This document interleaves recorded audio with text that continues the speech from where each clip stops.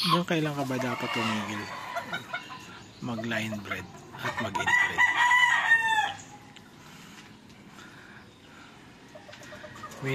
May nagtatanong nga pala sa akin. Gawan ko daw ng chart yung ginawa kong pag-breeding.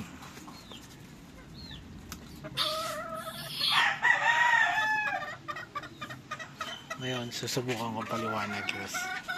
Ito, gumawa ko dito na lang ako. Nilatag ko na lang, boss. Tarpaulin lang to. Para sa ito, boss, yung nagtanong. Ngayon, meron ako isang hen. Isang cock. Galing din naman sa mga farm yan, boss. Ngayon, hindi ko alam kung pure to. Maski ito, hindi ko alam kung pure. Pero ang ginawa ko, nag-research ako, sir. Nag-research. Kailangan mag-research ka. Alamin mo yung kung ano yung cock mo o ano yung laman ng hen mo. Ngayon, yung hen ko, JBK, 4-line game farm, Mike Mendoza. Siyempre, titignan mo kung ano yung tsura ng JBK niya. Paano siya lumaro. Ganun. Siyempre, kukunin mo lahat. Kailangan sa pag-breeding, aalamin mo lahat. Ngayon, pati itong moonwalker. Nag-message ako sa pinanggalingan niyan. Sabi niya, yung moonwalker niya, may infusion ng lemon 84. Ngayon, ang ginawa ko, first mating ako doon sa dalawa. Yung labas ng boss, 50-50. Ngayon, nagbalik ako sa hen side. Kasi, gusto ko yung JBK talaga, boss. Mahilig ako sa Kelso. Kasi mga medyo matagal-tagal na. Bago ako mag-breed uli nung pandemic. Wala akong ginagawa ng pandemic. Tsaka lang wala ako nag-breed. Pero dati pa, nagbe-breed na ako. Ngayon, nagkaroon ako ng Kelso. Kaya gusto ko ang Kelso. Nagkaroon ako ng Kelso na naka-4 na panalo. Wala pang 1 taon, 4 na panalo. Panlima, naglulugo na, nilaban pa, natalo. Kaya naging paborito ko ang Kelso. Ngayon, JBK na gusto ko ako. Kay Mike Mendoza. Kasi, nakita ko ng mga laban yun nun. Ang bibilis nilang pumatay. JBK niya. Ngayon, nagkaroon din ako nung una, nung nag-breed ako din ako dati, nagkaroon din ako ng sweater. Yung mga usong sweater ni Bruce Barnett. Bago pa lang sumisikat nun si Dink Fair. Yung mga nahawakan kong sweater nun dati, grabe mamalo. Ang lalakas mamalo nun. Kaya nakahawak din ako na imported na Johnny Jumper. Kaya may alam din ako kahit paano sa pagbibreed sa manok. Hobbyist lang ako sa manok, pero hindi ako na masyado nagsasabong. Pero may alam din ako.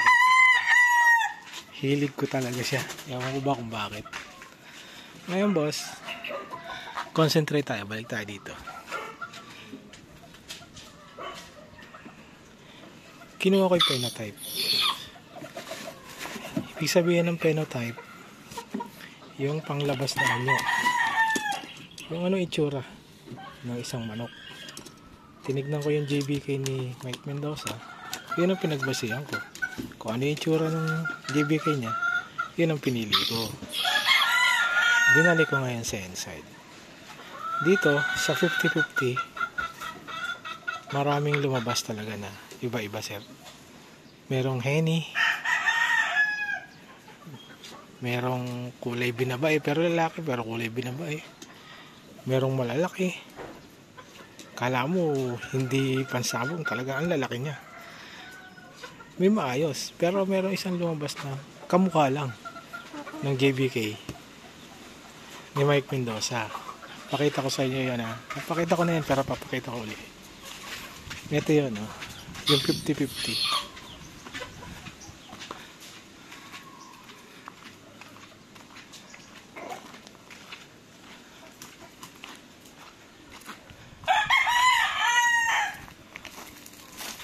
ito po yung 50-50. Mainit ngayon kaya yan ang 50-50 ko. Ngayon, dahil isa lang siyang magaling to dati nung binibitaw. Kaya lang, nakawala nga yung isang anak niya. Nilabanan siya, kaya lang nabulag to eh. Baldado pakpak na ito. Saka makikita niyo yung paa niya, baliko. Kaya tinawag ko yung channel ko, baliko eh. I-share ko minsan yung bitaw na ito, kaya lang. Yan. Pinili ko pa rin yan. Ginamit ko pa rin. Pinang-inbred ko pa. Yan yung tatay ng inbred. 50-50 in-inbred ko agad. Tapos binalik ko siya sa nanay niya. Yan. Kamukha talaga siya ng mga John Bishop ni Mike Mendoza. Kaya dyan ako kumuha. Nag-base ako sa kanya. Kulay muna boss. Pinagbasayan ko. Maraming lumabas. Sa una, na 50-50, maraming lumabas na. Hindi talaga maganda. Yung mga inahin, pinamimigay ko, kinatay ko. Tapos kumuha lang ako ng, yan nga sa kanya. Yung lalaki. Dahil maganda siyang umaway. Ngayon boss, doon sa 50-50, di paglabas na nakapagpalabas ako ng lalaki. 3/4 to 1/4 na yun. Ito na nga yung 3/4, 1/4. Ito na yung 3/4, 1/4. Medyo gumanda na siya. Gumanda talaga siya. Search nyo rin yung farm ni Mike Mendoza. Tapos tignan nyo yung mga JBK niya, kung ano itsura ng JBK niya tsaka ng sa akin. Tignan nyo kung magkaiba. Pero sa akin, palagay ko medyo malapit. 3/4. Ngayon, kung mapapansin nyo, hindi na baliko yung paa niya. Medyo nag-improve. Kailangan sa paglaline breeding at inbreeding, mapagmasid ka. Lahat ng detalye, kung maliit na bagay, talagang oobserbahan mo. Kasi sa line breeding, ang tingin ko pag nagkamali ka, medyo may kilalagyan ka.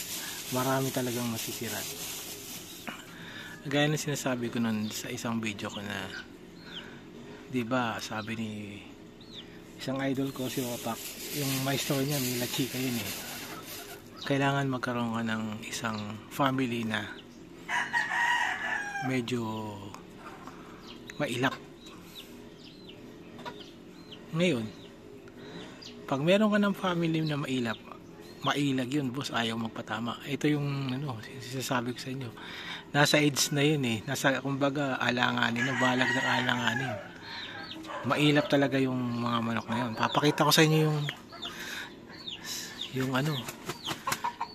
bitaw nung ko. Meron akong bitaw nung anak ng inbred. Napakailag nila, boss. Sobrang ilag. Halos ayaw nila magpatama. Itong inbred na yan. Ngayon, itong anak ng inbred, ito yung inbred yung pinakatakal. Ito, napakailag din ito. Ayaw din ito magpatama, pero grabe pumalo ito, malakas. Ngayon, nung pinares ko sa 7-8, yung anak niya, nakuha niya yung karakteristik niya. Nung ipinares ko, doon sa isang 7-8, na itong inay na to. Ngayon, yan, inay na yan. Pinagpares ko yan. Nung ibinito ko siya sa isang 7-8, naangat sarado. Yung baldado pakpak. Pero malaki to kaya napansin ko sa kanila talagang sobrang ilang nila.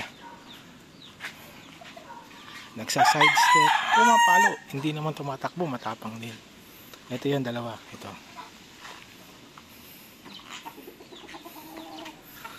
Yan, yan.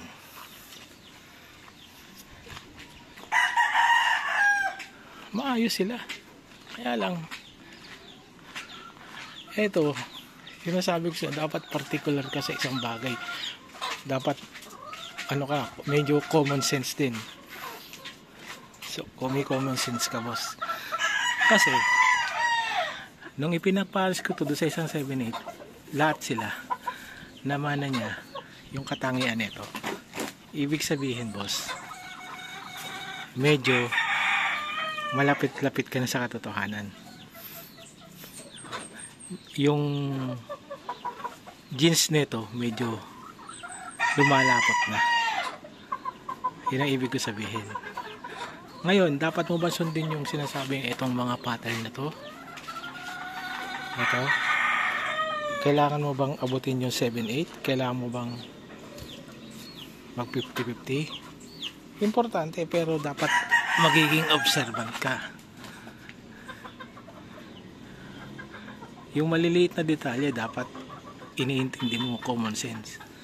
Ngayon, kung ito ang lahi nito na mailap, pag ipinaris mo pa sa isang mailap na lahi,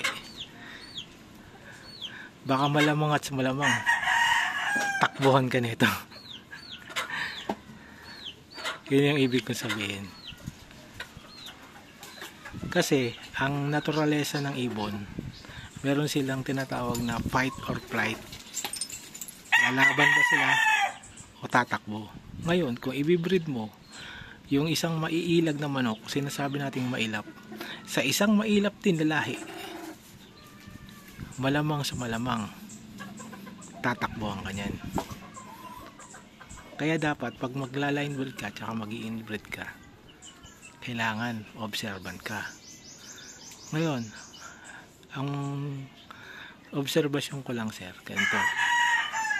Pag ikaw meron isang pure na inahin at pure nakak, pinagpares mo, sa unang mating mo pa lang na 50-50, malamang medyo malapit ka nila sa katotohanan.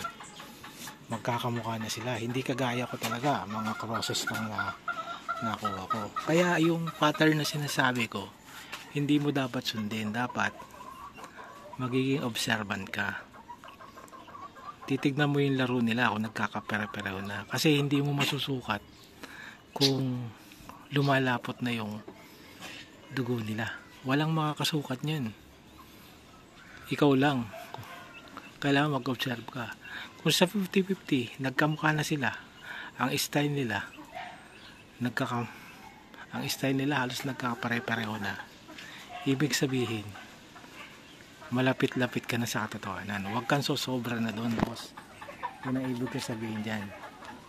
Kaya pwede kang mag-lock ng jeans sa tinatawag, yung brother-sister mating or inbred, kahit nasa 50-50 ka pa lang, para mailak mo yung jeans nila. Hindi mo na kailangang abutin yung 7-8, 3-4, 7-8, 15-16. Dapat mag-observe ka. Yun ang ibig ko sabihin. Yung kailangan, pag nakakita mo ng medyo nagkakamukha na sila, isa na yung cool nila, galaw nila, medyo yung pagpaparis ng jeans nila nagiging parehas na. Ito yung sinasabi ko sa inyo ng heterozygous tsaka homozygous. Itong heterozygous, sir, yan yung mga tinatawag natin na hybrid crosses. Marami silang pinaghalo-halo, yung tapang, cutting, marami na. Yung hinahanap natin sa manok, yung gali, athletic ability, yung disease resistance, hybrid vigor. Pero ang homozygous, yung nagkaparehas na yun, di sila umunti na, napaunti mo na.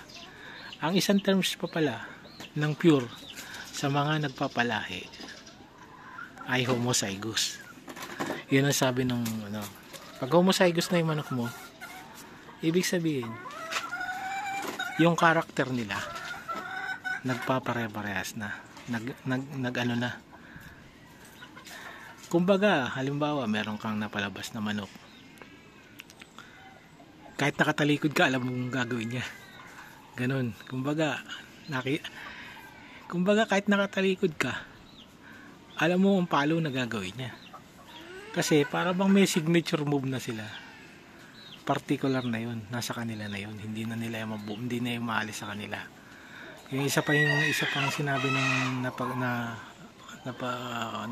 napanood ko dati doon sa Cock and Poultry Genetics na yung traits talagang pag in-inbreed mo yan o line breed mo yan, hindi yan mawawala. Ang isang traits hindi lalabas kung wala sa kanila. Kaya pag nag-inbreed ka o nag-line breed, yung particular na hinahanap mo sa palo ng manok na sinelect mo, handun at nandun na yun, hindi na yun mawawala sa kanila. Kaya lang hindi ka pwedeng lumagpas, kaya dapat maging observant ka, kasi nga papasok na doon yung inbreeding depression. Kumbaga sa inbreeding at line breeding, dapat huwag kang lumagpas sa 100%. Kaso hindi naman walang makakasukat kung pure na yung manok mo o hindi eh. Diba? Ang pagbabasihan mo na lang, common sense na lang. Sa akin, umabot ako ng 7-8 kasi palagay ko crosses yung na-hybrid ko. Pero kung meron nakuha ka na pure na, pag mo na siyang paabutin ng 7-8, pag nakita mo na nag-isa na yung galaw nila, isa na yung kulay nila, at lahat ng inaanak nila iisa na, ibig sabihin malapit ka na sa katotohanan. Tumigil ka na, doon ka na lang gumawa ng isang pamilya.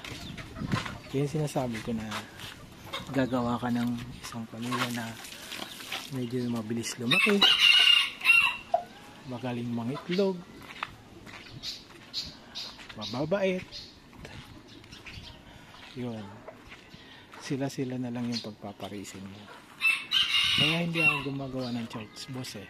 Pero kailangan alamin mo kung sino yung tatay tsaka nanay, para tsaka yung magiging anak, siyempre lalagyan mo ng marking para alam mo kung ano yung magiging pamilya mo.